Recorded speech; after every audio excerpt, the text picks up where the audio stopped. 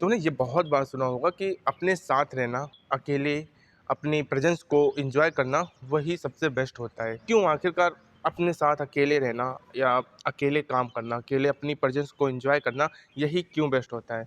देखो, रिलेशनशिप इत्यादि चीज़ें बहुत ज़्यादा स्ट्रेस एंड कोर्टिसोल लेवल बहुत हाई करती हैं। जितनी भी चीज़ें हैं काफ़ी ज़्यादा कोर्टिसोल लेवल हाई करती है एंड स्टिल और इनसे जो दिमाग की ऐसी-तैसी लगती है ना, उससे सच बताऊँ उससे बेकार ऐसी-तैसी किसी चीज़ से नहीं लग सकती।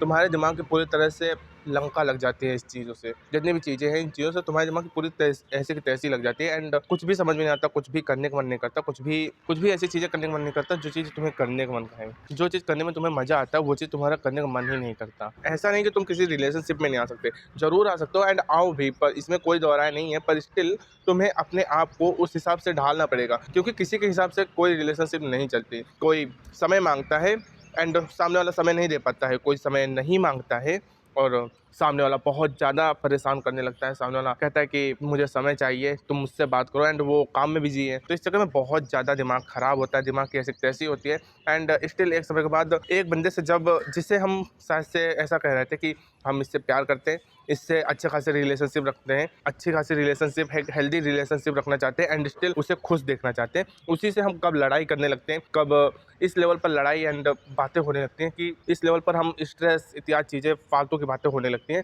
हमें भी नहीं पता चलता। मतलब कि पूरी तरह से मकसद ही चेंज हो जाता है, हमारे रिलेशनशिप में आने का पूरा मकसद ही चेंज हो जाता है। सिर्फ़ लड़ाई एंड स्ट्रेस के सिवा और कुछ नहीं रह जाता।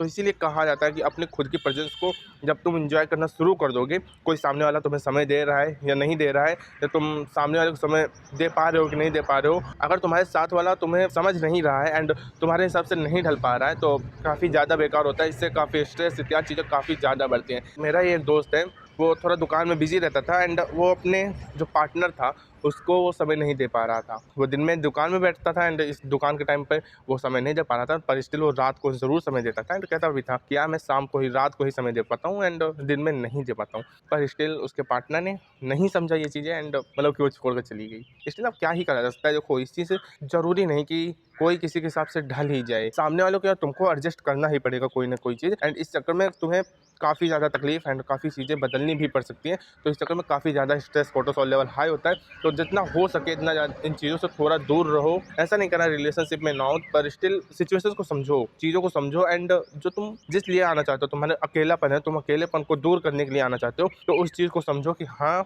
मैं अकेलेपन को दूर करने जा रहा हूँ और ज़्यादा स्ट्रेस नहीं कमाने जा रहा हूँ। तुम जिस मकसद से जा रहे हो ना सामने वाले के पास, तुम एक हेल्दी रिलेशनशिप के मकसद से जा रहे हो, तो वही चीज़ रखो अपने दिमाग में। फालतू की चीज़ें जहाँ तुम लाना शुरू किए एंड तुम सोच रहे हो कि अब तुम्हें वो समय ही देता रहे, ऐसा नहीं हो सकता है, ऐसा बहुत कम होता है। तो जितना हो सके किसी से उम्मीदें ज़्यादा ना रखो, जितनी उम्मीदें तुम हाई रखने वाले हो ना, उतना ही तुम नीचे गिरोगे। क्योंकि ज़रूरी नहीं कि जो चीज़ें तुम सोच रहे हो उसी हिसाब से सब कुछ हो।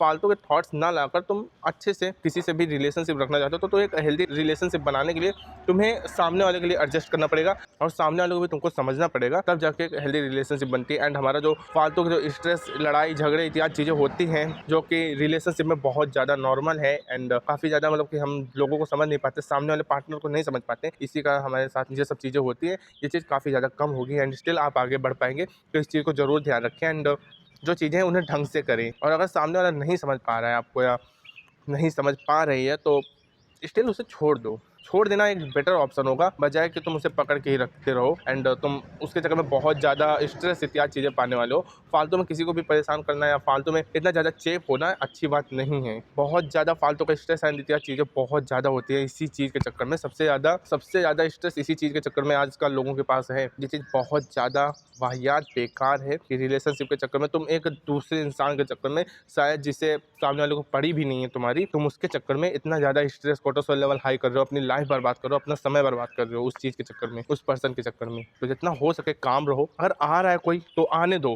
कोई अच्छा लग रहा है एंड उसे तुम अपनी लाइफ में लाना चाहते हो तो ट्राई करो, ज़रूर करो, कोई बात नहीं। पर स्टिल इतना ज़्यादा उसके प्रति ऑब्सेस ना हो कि तुम और कुछ समझ में ना आए तुम्हें, और कुछ तुम्हें आगे दिखे ही ना, तुम इतना ज़्यादा ऑब्सेस हो रहे हो उस चीज़ के चक्कर में, उस बंदे के चक्कर में, उस बंदी के चक्कर में इतना ज़्यादा ऑब्सेस हो रहे हो। इन चीज़ों से तुम सिर्फ़ और सिर्फ़ अपना दिमाग ख़राब करने वाले हो एंड अपने आप को, अपनी लाइफ को, अपने वर्क फ्लो को सब कुछ बेकार करने वाले हो तुम। तो इस चीज़ के चक्कर में इतना ज़्यादा ऑब्सेस ना हो। कोई आ पा रहा है तो उसे आने दो, आराम से लाओ।